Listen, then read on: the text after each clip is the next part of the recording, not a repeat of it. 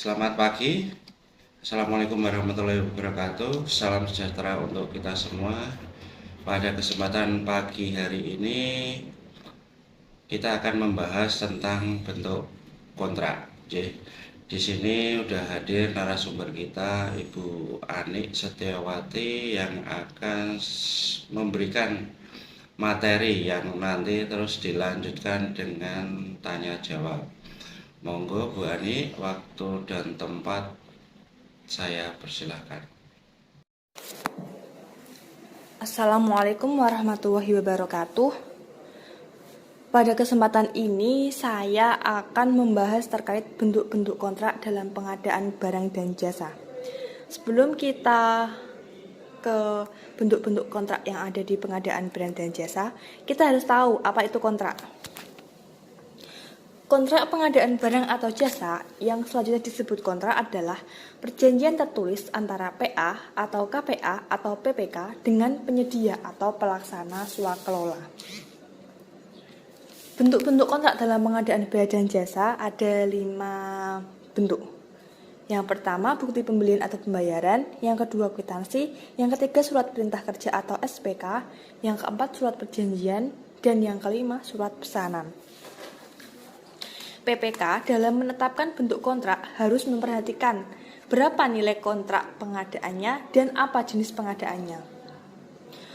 Untuk yang pertama, bukti pembelian atau pembayaran, yaitu dokumen yang digunakan sebagai pernyataan tagihan yang harus dibayar oleh PPK untuk pengadaan barang atau jasa lainnya dengan nilai kontrak paling banyak 10 juta. Yang kedua, kwitansi. Kwitansi adalah dokumen yang dijadikan sebagai tanda bukti transaksi pembayaran yang diterima oleh penyedia untuk pengadaan barang atau jasa lainnya dengan nilai kontrak paling banyak 50 juta. Untuk bukti pembelian atau pembayaran dan kwitansi ini digunakan untuk pengadaan barang atau jasa lainnya saja. Untuk konstruksi dan konsultasi tidak menggunakan bukti pembelian atau pembayaran maupun kwitansi, namun langsung memakai surat perintah kerja. Untuk bentuk kontrak yang ketiga, yakni surat perintah kerja atau SPK, yaitu perjanjian sederhana secara tertulis antara kedua belah pihak tentang suatu perbuatan yang memiliki akibat hukum untuk memperoleh hak dan melaksanakan kewajibannya. Untuk SPK ini, yang jenis pengadaan barang digunakan untuk pengadaan yang nilai kontraknya antara 50 juta sampai dengan 200 juta. Untuk pengadaan konstruksi, SPK ini digunakan untuk pekerjaan yang nilai kontraknya paling banyak 200 juta. Untuk konsultasi, SPK digunakan untuk yang nilai kontraknya paling banyak 100 juta. Sedangkan untuk jasa lainnya, SPK ini digunakan untuk yang nilai kontraknya antara 50 juta sampai dengan 200 juta. Bentuk kontrak yang keempat, yakni surat perjanjian, yaitu pernyataan secara tertulis antara kedua belah pihak tentang suatu perbuatan yang memiliki akibat hukum untuk memperoleh hak dan melaksanakan kewajibannya. Untuk surat perjanjian ini, dengan jenis pekerjaan barang, konstruksi, dan jasa lainnya, surat perjanjian ini digunakan untuk yang nilai kontraknya paling sedikit 200 juta. Paling sedikit 200 juta untuk barang, konstruksi, dan jasa lainnya. Sedangkan untuk jasa konsultasi, surat perjanjian ini digunakan untuk yang nilai kontraknya paling sedikit 100 juta. Untuk bentuk kontrak yang terakhir, yakni surat pesanan, yaitu bentuk perjanjian dalam pelaksanaan pengadaan melalui e-purchasing, pembelian melalui katalog elektronik. Jadi surat pesanan ini hanya khusus untuk e-purchasing atau pembelian melalui toko daring. Dan surat pesanan ini tidak ada batas minimalnya dan maksimalnya. Ketentuan dalam bukti pembelian, yakni dilakukan dengan cara pembelian langsung tanpa negosiasi teknis dan harga. Pengadaannya dilaksanakan oleh pejabat pengadaan. Dalam bukti pembelian atau pembayaran ini harus ada identitas penyedia, nilai pembelian, jenis dan jumlah barang atau jasa, dan tanda tangan PPK sebagai tanda mengetahui. Untuk ketentuan kwitansi, dilakukan dengan cara pembelian langsung tanpa negosiasi teknis dan harga. Dalam kwitansi harus mencantumkan identitas para pihak, nilai pembelian, jenis dan jumlah barang atau jasa, tanda tangan penyedia di atas materai sesuai ketentuan yang berlaku, serta tanda tangan PPK sebagai tanda mengetahui identitas penyedia. Untuk ketentuan surat perintah kerja atau SPK, yakni harus ada identitas para pihak, nilai pembelian atau nilai kontrak, jenis dan jumlah barang atau jasa, hak dan kewajiban menjadi lampiran dari SPK dalam bentuk yang lebih rinci atau SSUK. Kata penutup dan ruang tanda tangan para pihak di atas materai, klausul penyelesaian perselisihan disarankan dengan LPS LKPP dan dilakukan dengan negosiasi teknis dan harga yang dituangkan dalam berita acara. Untuk surat perjanjian, ketentuannya harus mencantumkan identitas para pihak, nilai pembelian atau nilai kontrak, jenis dan jumlah barang atau jasa, hak dan kewajiban menjadi lampiran dari surat perjanjian dalam bentuk yang lebih rinci atau SSUK, SSKK, spesifikasi dan dokumen lain, serta kata penutup dan ruang tanda tangan para pihak di atas materai. Untuk ketentuan surat pesanan harus mencantumkan identitas para pihak, nilai pembelian, jenis dan jumlah barang atau jasa, serta hak dan kewajiban masing-masing pihak. Sekian yang dapat saya sampaikan. Saya mohon maaf apabila ada kata-kata saya yang salah. Selanjutnya saya serahkan kepada moderator. Terima kasih Bu Ani Setiawati ya, yang telah memberikan materi kepada kita. Dan ini ada sedikit pertanyaan, mungkin bisa mohon untuk dijawab ya Bu Ani. Satu, ini apa yang harus diperhatikan dalam membuat perjanjian kontrak? Terima kasih. Monggo, waktu saya dan tempat saya persilahkan. Satu. Baik, untuk pertanyaan yang pertama akan saya coba jawab. Apa yang harus diperhatikan dalam membuat perjanjian kontrak? Dalam membuat perjanjian kontrak, ada beberapa hal yang harus diperhatikan. Yang pertama, hitam di atas putih. Dalam prakteknya, ada beberapa pihak yang melaksanakan pekerjaan tanpa kesepakatan. Apabila ada ketentuan yang dianggap penting bagi para pihak, maka sebaiknya kita tuangkan dalam bentuk kontrak, sehingga dapat meminimalkan potensi sengketa yang akan timbul di kemudian hari. Untuk yang kedua, cari informasi valid terkait pihak lainnya. Sebelum membuat kesepakatan, sebaiknya mencari tahu kredibilitas para pihak yang akan berkontrak dengan kita, sehingga meminimalkan potensi konflik dan memetakan potensi risiko yang perlu dipertimbangkan oleh salah satu pihak dalam berkontrak. Yang ketiga, pelajari isi kontrak.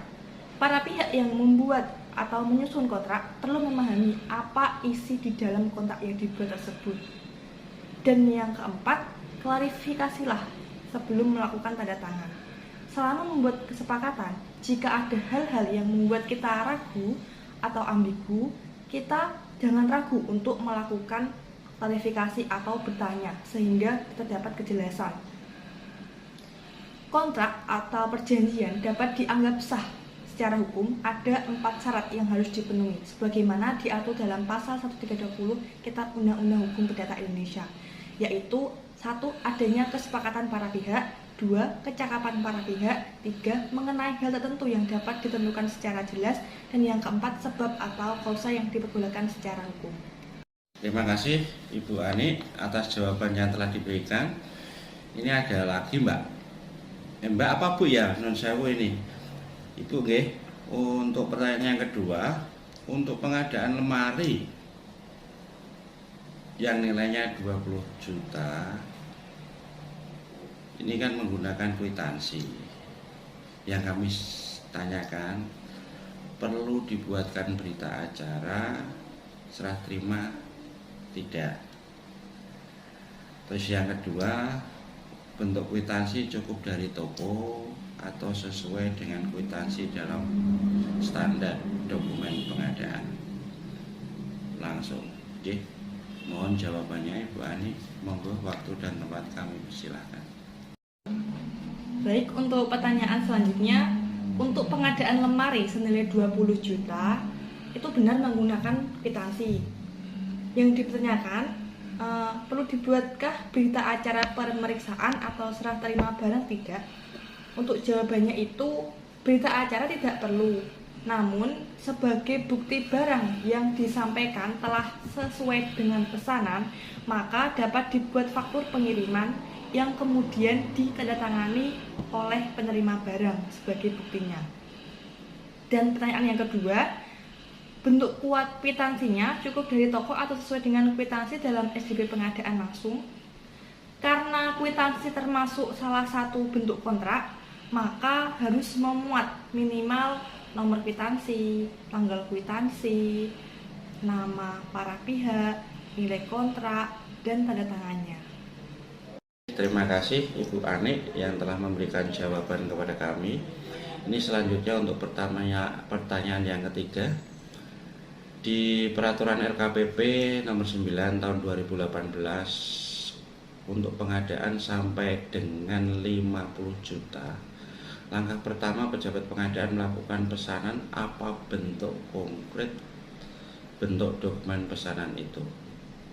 Matur nuwun. Waktu dan tempat kami persilakan.